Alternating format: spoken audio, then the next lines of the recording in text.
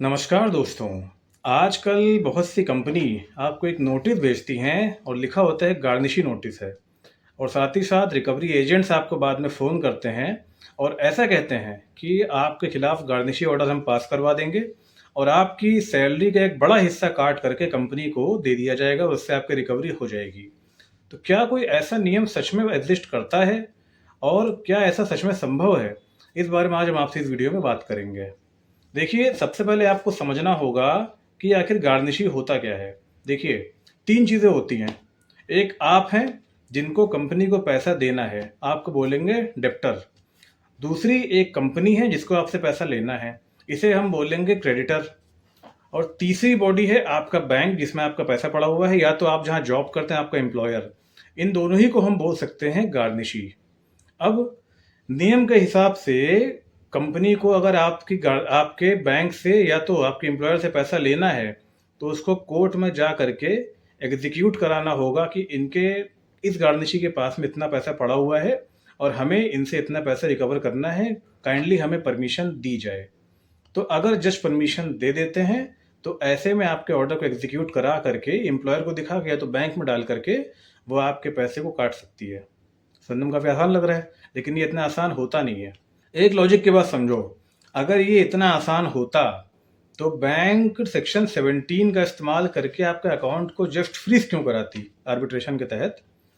Arbitration में क्या होता है आपने देखा होगा, अकाउंट आपका फ्रीज तो होता है लेकिन उसमें अगर आपका पैसा कोई पड़ा हुआ है तो उस पर डेबिट नहीं किया जाता, केवल आपका अकाउंट फ्रीज कर देंगे, उसको ना आप निकाल पाओगे ना कंपनी उसमें से डायरेक्टली काट पाएगी। तो अगर गार्निशी के तहत कंपनी अपना पैसा आराम से काट सकती है तो वो आर्बिट्रेशन सेक्शन 17 का इस्तेमाल क्यों करती, सीधे गार्निशी ऑर्डर पास करती, अपना पैसा काट लेती। कारण ये है कि जो आपके सिविल जज होते हैं, मजिस्ट्रेट होते हैं, वो जल्दी किसी की सैलरी को काटने की परमिशन नहीं देते हैं। ये एक बहुत ही सीरियस केस बन जाता है। देखिए, आपकी सैलरी जो होती है वो आपकी एक बेसिक नीड होती है। आपकी बेसिक नीड का हनन जल्दी कोई नहीं कर सकता है, जिस कारण से सिविल जज इसकी परमिशन नहीं देते हैं। अब आपने सुना होगा सिक्योर्ड लोन किसी का होता है। सिक्योर्ड लोन में आपकी गाड़ी एक गिरवी होती है या तो आपका घर होता है, जो भी है जिसके नाम पे भी अपना लोन रखा वो होता है। तो अगर आप उस लोन को डिफ़ॉल्ट करते हैं तो कंपनी क्या करती है कि आपके घर को नीलाम या तो गाड़ी को नीलाम करने की कोशिश करती है। उसके लिए भी काफ़ी टाइम लगता है, इतनी जल्दी कुछ नहीं होता है।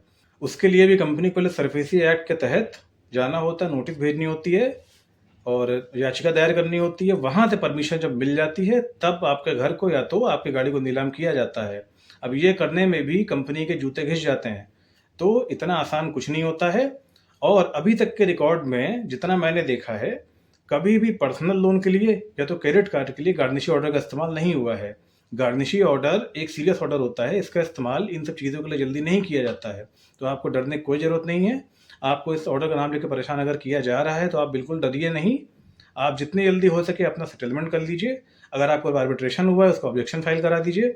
अगर आपके ऊपर कोर्ट केस हुआ है तो जिस भी कोर्ट में आपका केस हुआ है, कोलकाता, दिल्ली, कहीं पर भी उसका आप जो है हैंडल करवा दीजिए। बाकी आपको डरने की ज़रूरत नहीं है। गार्निशी ऑर्डर जल्दी आपके ऊपर एप्लीकेबल नहीं होता है और इसके बेस पे आपकी सैलरी को जल्दी नहीं काटा जाएगा। तो आपको डरने की कोई ज़रूरत नहीं है, सिर्फ डराने का तरीका और आपसे रिकवरी करने का एक तरीका है, डरने की आपको कोई ज़रूरत नहीं है। तो अगर आपको इस वीडियो में कुछ भी सीखने को मिला तो इसको शेयर कीजिए, चैनल को सब्सक्राइब कीजिए। Thank you.